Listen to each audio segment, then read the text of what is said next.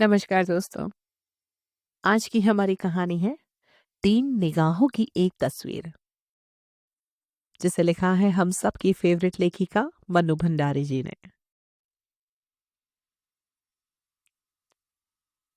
नैना। सहमे से हाथ से मैंने दरवाजे की कुंडी खटखटाई। एक बार भयभीत सी नजर आसपास के घरों पर डाली। गली में उस समय अंधकार के साथ साथ नीरवता भी छाई हुई थी। सामने के घर की खिड़की पर गोदी में बच्चा लिए एक औरत खड़ी थी। वेशभूषा से वह एकदम गृहस्थिन लग रही थी। नहीं नहीं, ये मोहल्ला ऐसा वैसा नहीं हो सकता। कुछ अधिक विश्वास के साथ एक बार जोर से फिर मैंने कुंडी खटखटाई। गली के लैंप पोस्ट का धीमा प्रकाश मकान के 23/8 नंबर पर सीधा पड़ रहा था। मकान तो यही है, पता नहीं अंदर क्या देखने को मिले। यही सोच रही थी कि दरवाजा खुला और एक बुढ़िया को सामने खड़ा पाया। उसके पान खाए होठों ने मन को यूं आक्रांत कर दिया कि मैं कुछ पूछना भूल अवाक से उसका मुंह ही देखती रह गई। दीवारों पर भी पान की पीक के दाग नजर आए।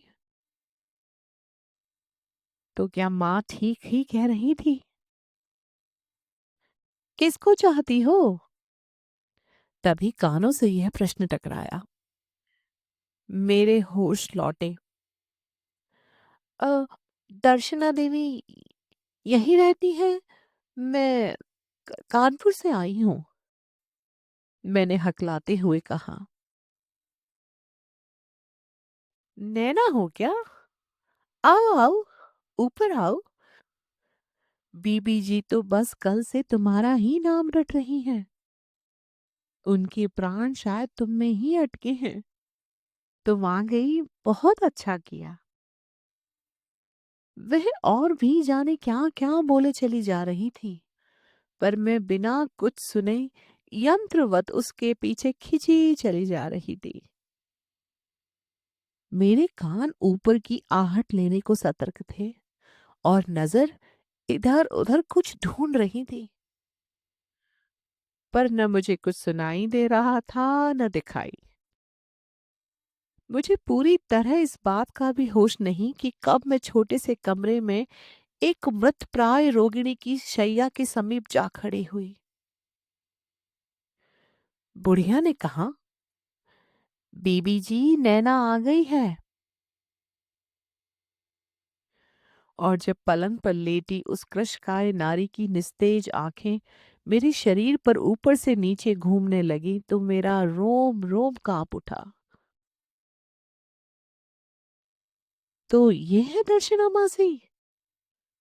और तभी मेरी आंखों के सामने आज से कोई 7 साल पहले मेरे घर के ड्राइंग रूम में लटकी मासी की वह तस्वीर घूम गई, जिसमें मासी नव विवाहिता वधू के रूप में शर्माई सी मासा जी से सट कर बैठी थी। पर उस रूप में और इस रूप में तो कोई साम्य नहीं है। यह कैसे हालत हो गई मासी की? जाऊं उनके पास जाकर बैठूं, यह सोचकर जैसे ही कदम बढ़ाया कि मासी का क्षीण स्वर सुनाई दिया। शून्य आंखों से देखती हुई वह बोली, मैं जानती थी जीजी कभी नैना को मेरे पास नहीं भेजेंगी। भेज देती तो एक बार उससे प्यार करके मन की निकाल लेती। नैना की जगह ये ना जाने किसे भेज दिया है। अंत समय में मुझे यो न छलती तो उनका क्या बिगड़ जाता।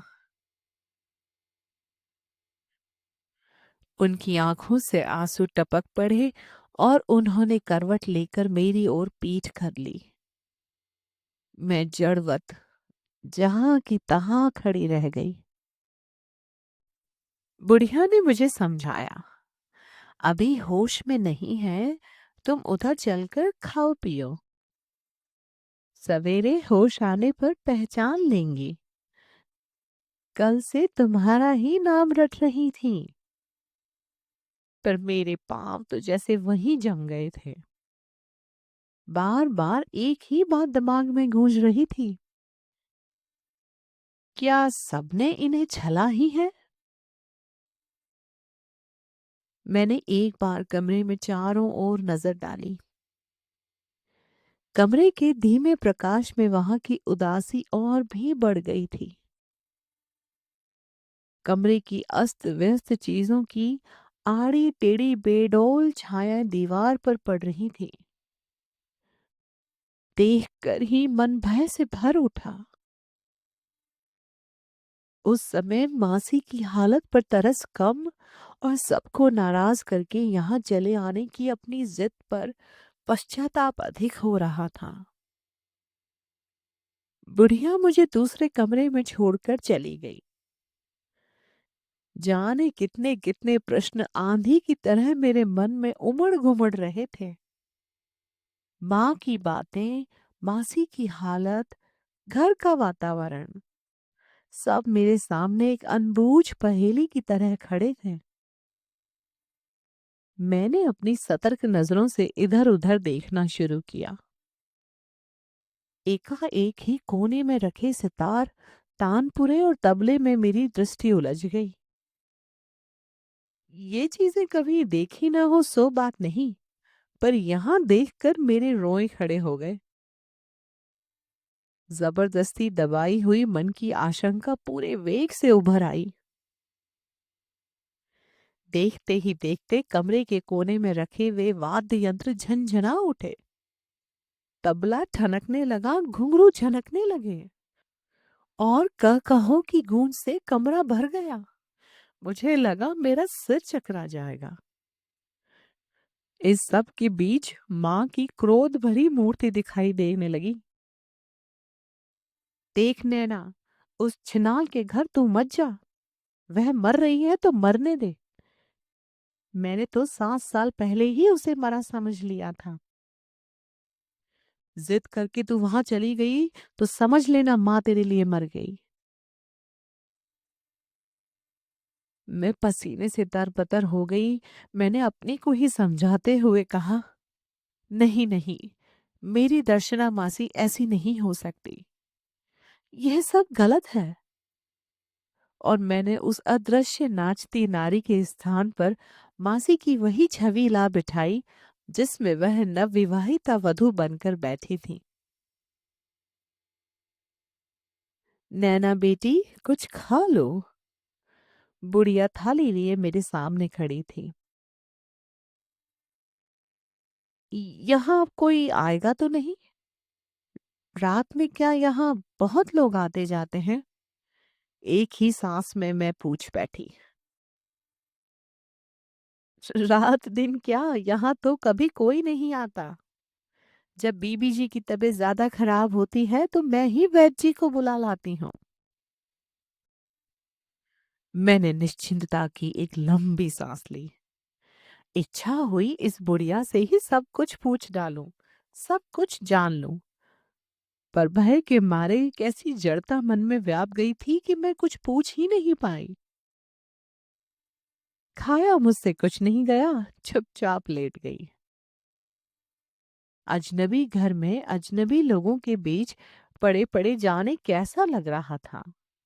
सोचा मैं क्यों चली आई, घर में सबसे लड़कर, सबको नाराज करके यहाँ आने की अपनी जिद को जैसे मैं स्वयं समझ ही नहीं पा रही थी। मासी, जिन्हें मैंने अपनी जिंदगी में पहली और आखिरी बार 4 वर्ष की उम्र में देखा था और जिनकी मुझे लेश मात्र भी याद नहीं थी, उनका प्रेम मुझे यहाँ खींच लाया। यह बात मन में किसी प्रकार भी टिक नहीं पा रही थी। तब शायद ये महज कौतूहल था जो मुझे यहाँ खींच लाया था। जब से होश संभाला, अपनी इस मासी के रूप गुण का बहुत बखान सुना।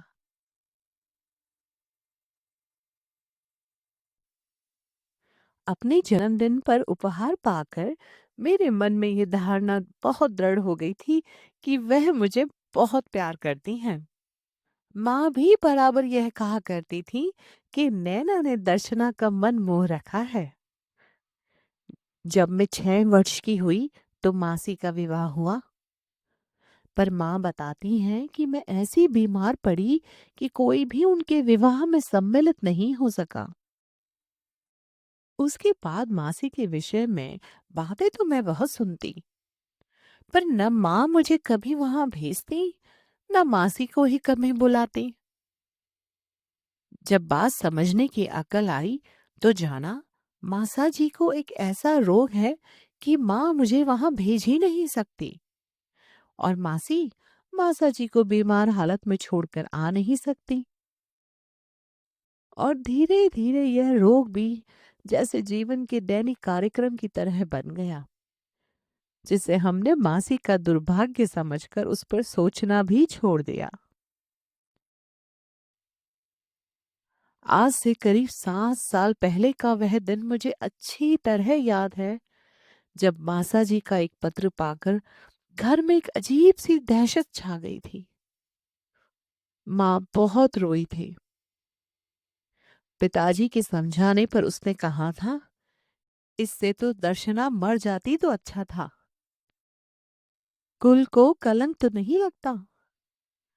इसके बाद करीब 15 दिनों तक कभी मामा जी का पत्र आता तो कभी बड़ी मासी का, और कुछ पूछने पर घर में क्रोध भरी फटकार के सिवाय मुझे कुछ नहीं मिलता।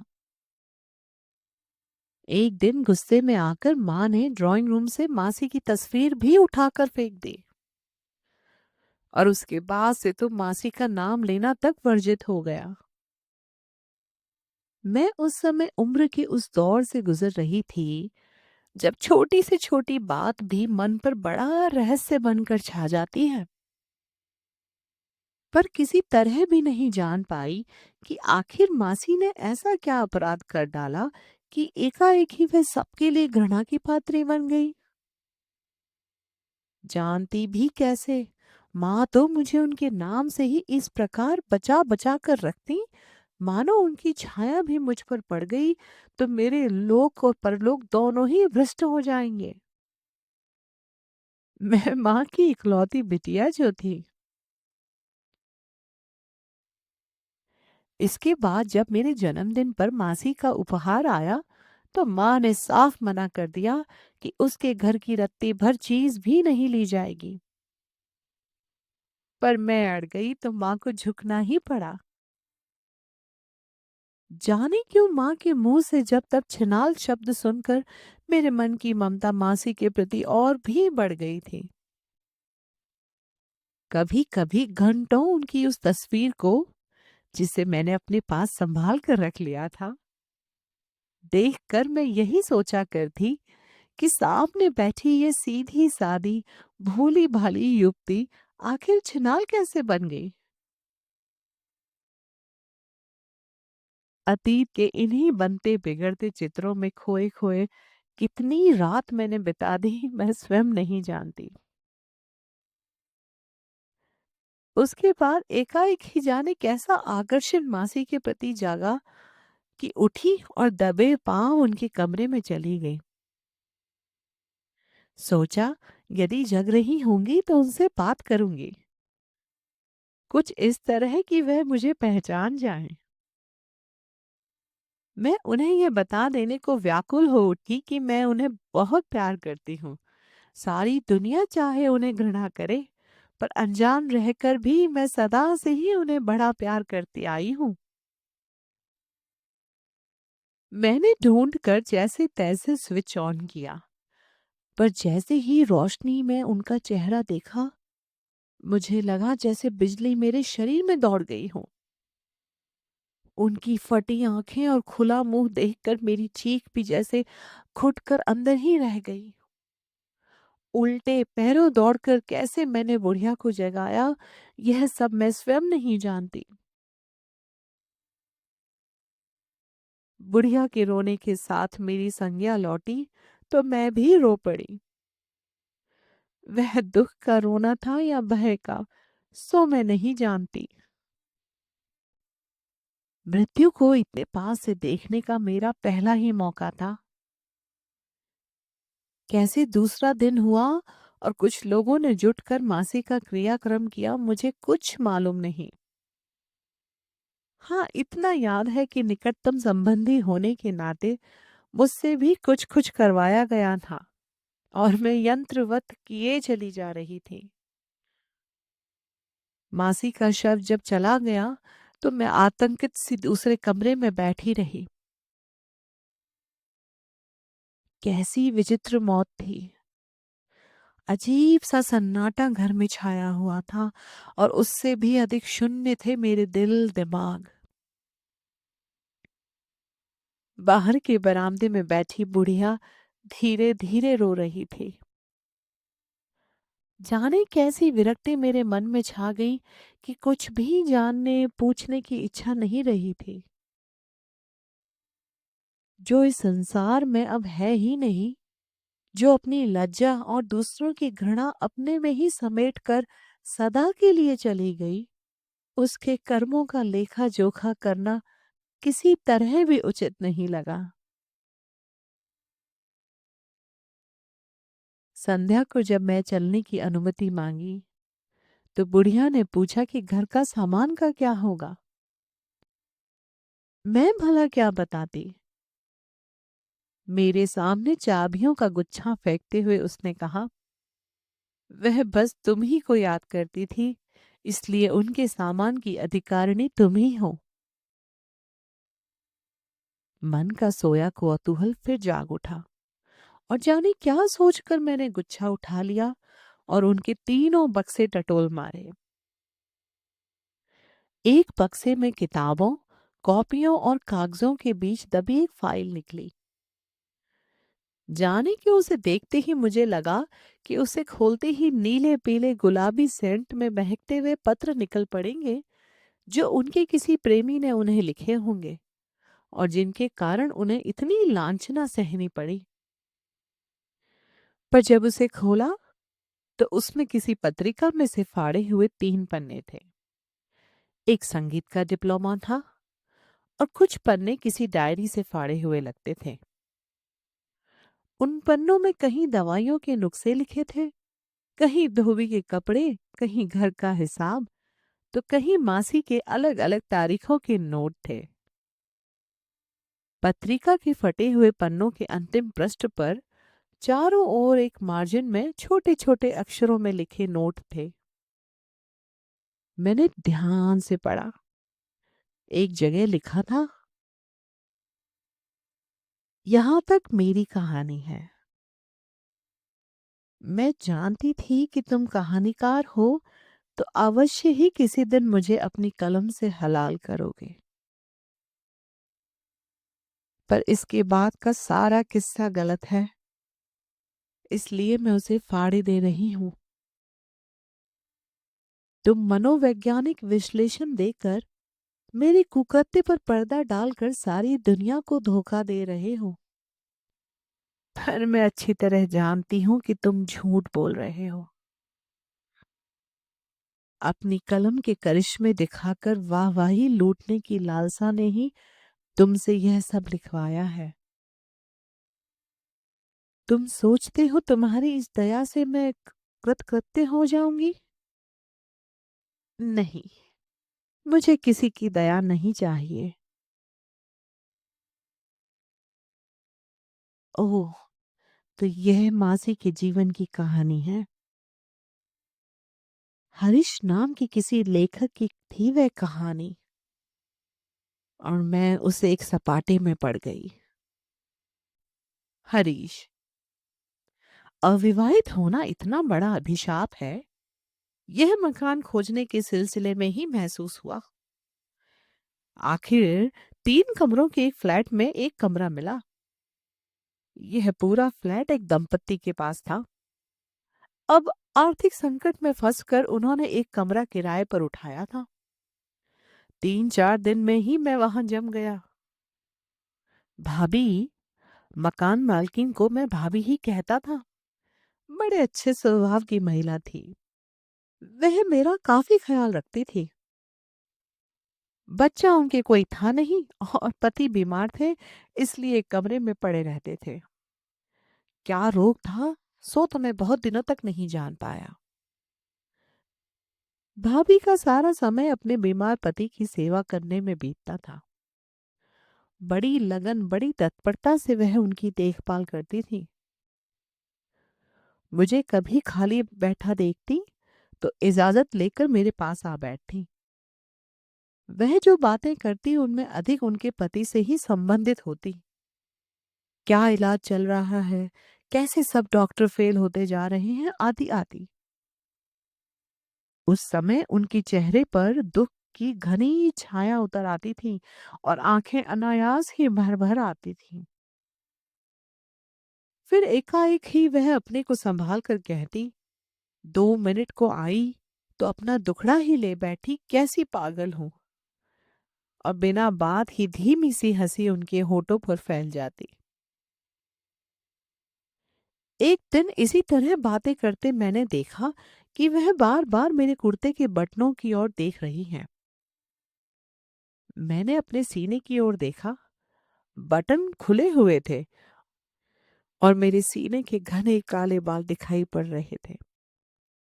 एक महिला के सामने यूं सीना उघाड़ कर बैठने की लज्जा को ढांकते हुए मैंने कहा, ये धोबी बटनों का तो कचूमर निकाल देते हैं। मुझे दे दिया होता मैं लगा देती। मुझे इतना पराया क्यों समझते हैं आप?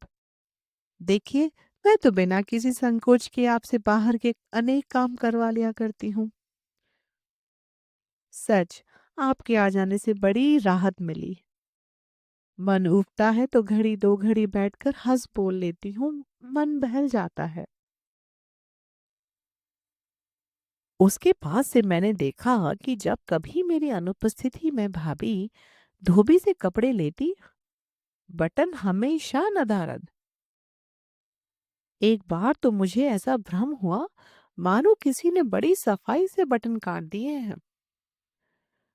पर फिर अपनी इस कल्पना पर आप ही हंसी आई। बटन कौन काटेगा भला?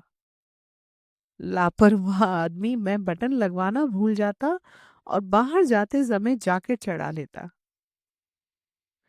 पर भाभी आती तो बहुत ढकने पर भी मेरे सीने के बाल इधर उधर से झांका करते और वह उन्हें घूर घूर कर मुझे संकुचित करती रहती। उस दिन तो मेरी लज्जा का कोई ठिकाना ही नहीं रहा, जिस दिन उन्होंने अपने नौकर को इसी बात के लिए बहुत बुरी तरह डांटा कि वह क्यों धोती को मोड़कर घुटनों तक चढ़ा लेता है और कमीज के सारे बटन खोलकर बाहें उलटकर नंगा सीना और नंगी बाहें दिखाता फिरता है। मैंने उस दिन ही भाभी को क्रोध करते देखा था। वह गुस्से से लाल होकर कांप रही थी और चिल्लाए जा रही थी, औरतों वाले घर में काम किया है कभी या नहीं? बदतमीज कहीं के, रहना है तो तमीज से रहो। मुझे उनका यह अत्यधिक क्रोध समझ में नहीं आ रहा था। साथ ही यह भी लग रहा था कि वह नौकर की आड़ में मुझको ही तो नहीं डांट रही हैं। उसी दिन मैंने दर्जी के पास सारे कुर्ते ले जाकर सीप की जगह कपड़े के बटन लगवा लिए। यूं भाभी मेरा बहुत ख्याल रखती थी, पर उन्हें मित्रों का बहुत आना जाना पसंद नहीं था। एक दो बार तो मैंने यह भी देखा कि मुझे बिना सूचना दिए ही उन्होंने एक परिचिता को यह कहकर लौटा दिया कि मैं घर पर नहीं हूं। मुझे बुरा लगा। फिर सोचा शायद यहाँ लोगों के आने से इनके पति को परेशानी होती होगी। दूसरे दिन जब मेरी एक मित्र आई तो मैंने अपने कमरे का दरवाजा बंद कर लिया ताकि बाहर किसी प्रकार की आवाज न जाए। करीब घंटे भर बाद वापस जाने के लिए जैसे ही मैंने दरवाजा खोला, देखा भाभी दरवाजे पर ही खड़ी थी। मेरी मित्र की ओर देखती हुई वह जोर जोर से रोकर चिल्लाने लगी, तुम लोगों को इतनी भी लज्जा नहीं कि बगल में एक बीमार आदमी है तो जरा हंसी ठिठोली कम करें। दरवाजा बंद करने से ही क्या हो जाता है। उस लड़की से क्षमा याचना करता हुआ मैं उसे नीचे ले गया। लौटा तो सोचा भाभी से साफ साफ बात कर लूंगा। भाभी का इस प्रकार दरवाजे पर खड़े होना भी मुझे अच्छा नहीं लगा। लेकिन जैसे ही मैं लौटा, भाभी ने मुझे देखते ही जोर से अपने कमरे का दरवाजा बंद कर लिया। यह भी एक नई बात थी। यहाँ आने के बाद मैंने कभी उन्हें दरवाजा बंद करते नहीं देखा था। यहाँ तक कि रात को भी वे दरवाजा खुला ही रखती थी। शाम को मैं बाहर चला गया। मन का आक्रोश धुला नहीं था। रात 9 बजे लौटा तो देखा भाभी का कमरा वैसे ही बंद था। मैं उन्हीं के बारे में सोचता सोचता जाने कब सो गया। इसके बाद 2 दिन तक हमारी बात नहीं हुई। उनके कमरे का दरवाजा भी बंद ही रहता। जब कभी बाहर निकलती तो देखता कि 2 दिन में ही चेहरा बड़ा उतर गया है। आंखों से लगता था जैसे बराबर रोती ही रही हैं। तीसरे दिन रात 9 बजे के करीब मैं अपने कमरे में बैठा एक कहानी लिख रहा था कि दरवाजा धकेल कर भाभी भीतर आ घुसी। उनके लंबे लंबे बाल बिखरे हुए थे और आंखें सुर्ख थी। उनकी ये करुण और दयनीय स्थिति देखकर मन जाने कैसा हो गया।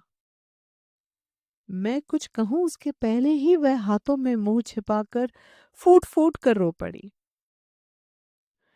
अब मैं क्या करूं? आज डॉक्टरों ने साफ साफ कह दिया है कि इन्हें पहाड़ पर नहीं ले जाया गया तो बचना मुश्किल है।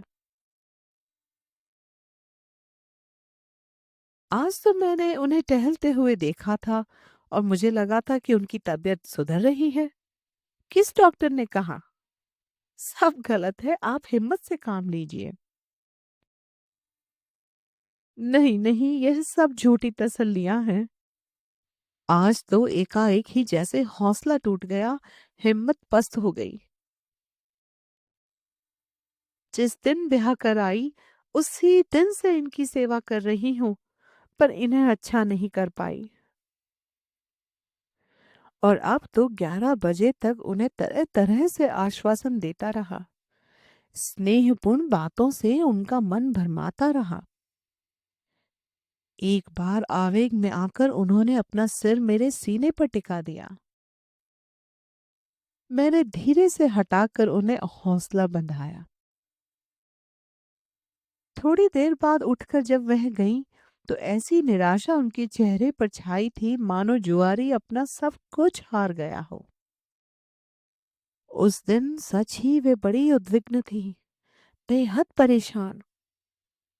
मुझे कुछ भी समझ में नहीं आ रहा था कि मैं क्या करूं। लेटा तो नींद नहीं आई। बार बार भाभी का बेबस मायूस चेहरा आंखों के आगे उभर आता। आखिर जब कमरे में दम घुटने लगा तो मैं चुपचाप ऊपर छत पर चला गया, पर दरवाजे पर पहुंचकर ही ठिठक गया। देखा, छत की मुंडेर पर दोनों कोहनियां टिकाए भाभी शून्य भाव से सामने देख रही थी। मन बुरी तरह अकुला उठा। एक बार उचित अनुचित का ज्ञान भूलकर बड़ी जोर से इच्छा हुई कि इस रोती बेबस नारी को जाकर अपनी बाहों में भर लूं। अपने लिए नहीं, उनके संतोष के लिए, उनकी सांत्वना के लिए। लेकिन फिर ख्याल आया, इस आग को भड़काने से लाभ। मैं चुपचाप नीचे उतर आया और उन्हीं की बात सोचते सोचते जाने कब सो गया। रात शायद आधी से ज्यादा बीत चुकी थी कि अचानक किसी के स्पर्श से चौंक उठा। आंखें खोली तो देखा भाभी मुझ पर झुकी हुई थी। पहली बात जो दिमाग में आई वह यही कि इनके पति चल बसे। फिर एकाएक अज्ञात भय से कांप उठा।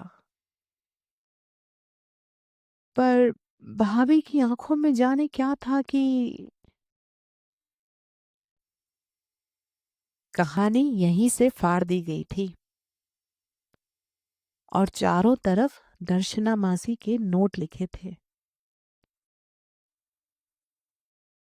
इनकी हालत दिन पर दिन गिरती जा रही है। इनके चिपके हुए गाल, निस्तेज आंखें, कुमलाया पीला चेहरा और पैसा सीना देखती हूँ तो लगता है खूब रोऊं। इन्हें कैसे अच्छा करूं कि ये हष्ट पुष्ट और स्वस्थ हो जाएं।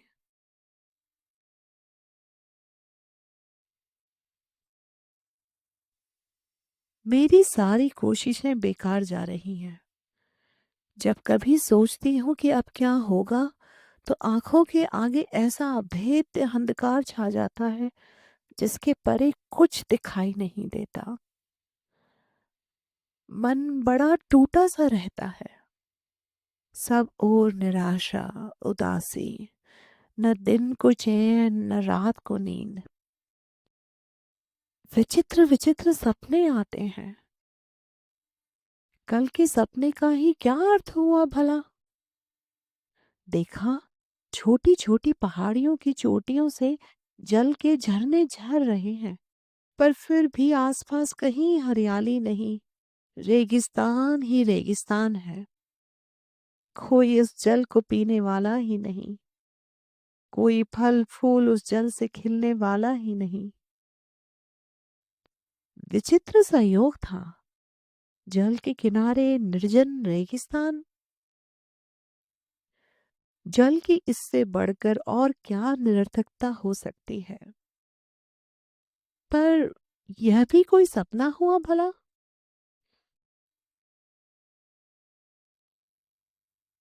आज मेडिकल कॉलेज गई थी। मैंने वहां हड्डियों का ढांचा देखा। देख कर ही जाने कैसा विचित्र भय मेरे मन में समा गया। एक दहशत सी छा गई। मुझे लगा उस कंकाल ने अपने दोनों हाथ फैलाना शुरू किया और मुझे दबोच लिया।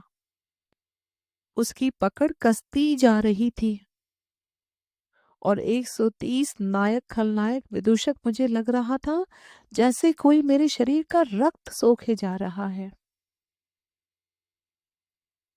उसके बाद शायद मुझे गश आ गया था क्योंकि मुझे कुछ मालूम नहीं कि उसके बाद क्या हुआ। डॉक्टर कहते हैं कि मैं इतना परिश्रम ना करूं, नहीं तो मेरी भी हालत खराब हो जाएगी। सच ही तो है। मैं बीमार हो गई तो इन्हें कौन देखेगा? पर इस भय से कैसे मुक्ति पाऊं? घर के जिस कोने में भी जाती हूँ वह कंकाल मुझे दबोचने को चला आता है, जैसे वह मुझे मार कर ही छोड़ेगा।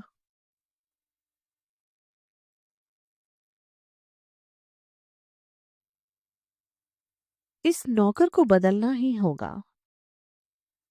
कितनी बार इससे कहा है कि ठीक से कपड़े पहन कर रहा करो, यह सुनता ही नहीं। सोचती हूँ नौकरानी रख लूं, पर बाहर के काम की वजह से इसे ही रखना पड़ता है। यूं हरीश जी के आने से कुछ सुविधा जरूर हो गई है, पर उनका क्या है, लेखक आदमी है। फिर छाती के बटन तो उनके भी टूटे ही रहते हैं। जाने क्यों ये निर्लिप्तता मुझसे बर्दाश्त नहीं होती। किसी की उघड़ी छाती देखकर सारे बदन में जैसे कांटे चुभने लगते हैं।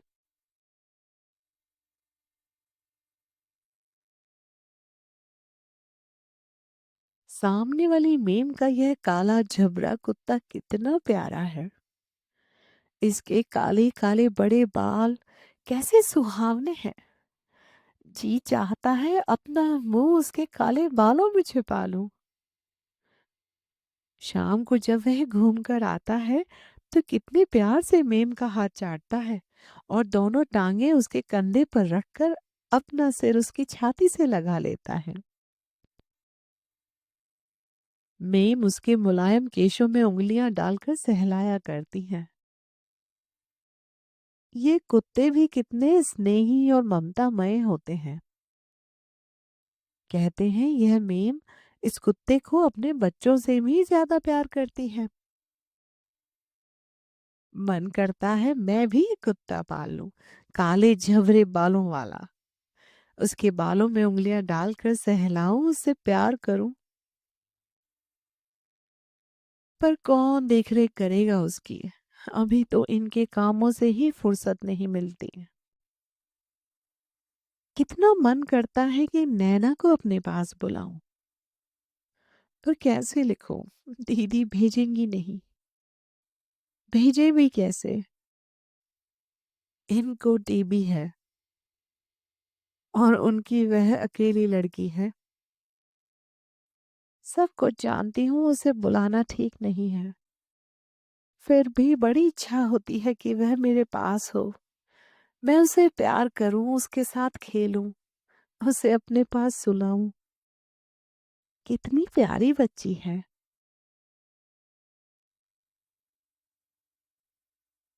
आज ऊपर गई तो विचित्र ही दृश्य देखा।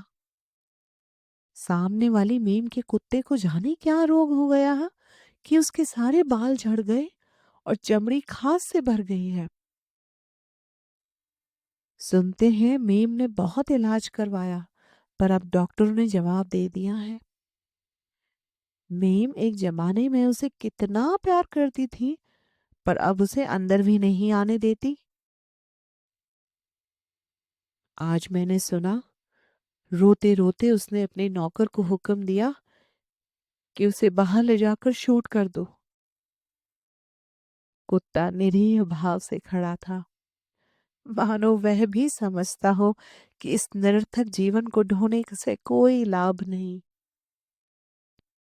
वह आगे भी नहीं बढ़ा। इस गंदी बीमारी को लेकर मीम तक जाने का उसे अधिकार नहीं है। यह बात भी जैसे वह समझता है। ओह, कुत्ते भी कितने समझदार होते हैं। पर जो बात कुत्ता समझ रहा है वह जाने क्यों मेरे गले नहीं उतर पा रही। जिस कुत्ते को मीम इतना प्यार करती थी, उसे अब शूट करवा दिया जाएगा। क्या यह ठीक है? कभी लगता है ठीक है, कभी लगता है गलत।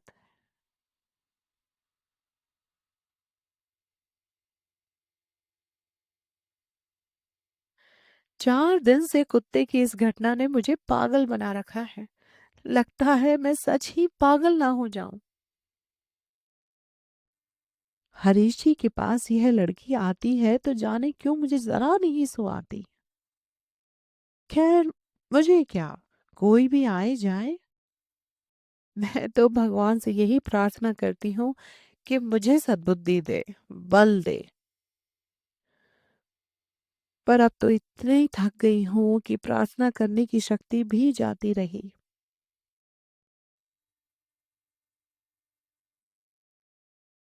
आज इन्होंने मुझे मारा। शादी के बाद आज पहली बार मैंने जाना कि इनके शरीर में अब भी इतना जोर है। इनकी बीमार लातों ने भी मेरी कमर तोड़ दी, तो जब ये टांगे पुष्ट रही होंगी, कितना जोर रहा होगा इनमें। हजारों बार ही मैंने गलतियां की। कितना अच्छा होता उस समय भी ये मुझे मारते। कम से कम फिर इतनी बड़ी गलती तो नहीं करती। मुझे मार खाने का जरा भी गम नहीं। काश इन्होंने मुझे पहले मारा होता। हरीश जी के लिए बहुत दुख है। मेरे पीछे उन्हें भी व्यर्थ ही अपमानित होना पड़ा।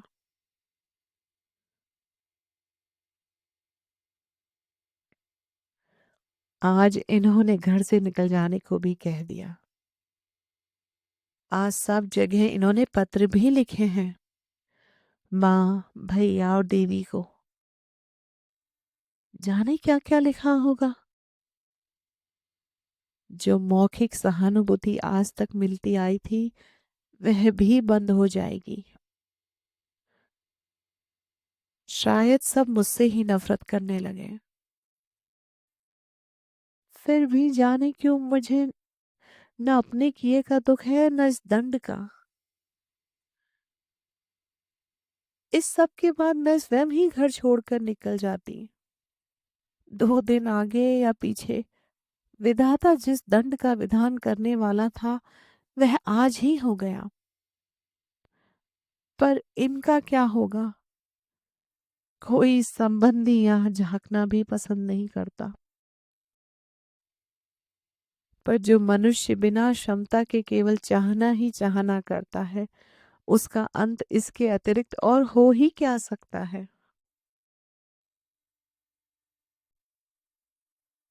आज उनकी मृत्यु का समाचार सुना। समझ नहीं पा रही हूँ कि क्या करूं। मेरी तो सारी भावना ही जैसे मर गई है। मैं ही जाने क्यों जिंदा हूँ।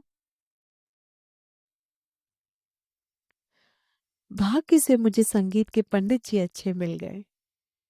एक जमाने में मुझे गाने बजाने का कितना शौक था, पर सब छूट गया था। उस समय जो मात्र शौक था, उसे अब जीविका का साधन बनाना पड़ेगा। यहाँ एक स्कूल में नौकरी मिल गई है। लगता है जीवन को एक राह मिल गई। सब ओर से बेसहारा होकर भी अब जी लूंगी।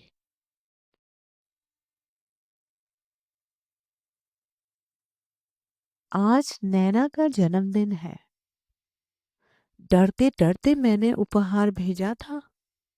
कौन जाने रखें ना रखें, पर उन्होंने रख लिया। तो क्या समझूं कि दीदी आज भी मुझे प्यार करती है। यह भावना ही कितनी सुखदाई है कि कोई हमें भी प्यार करता है।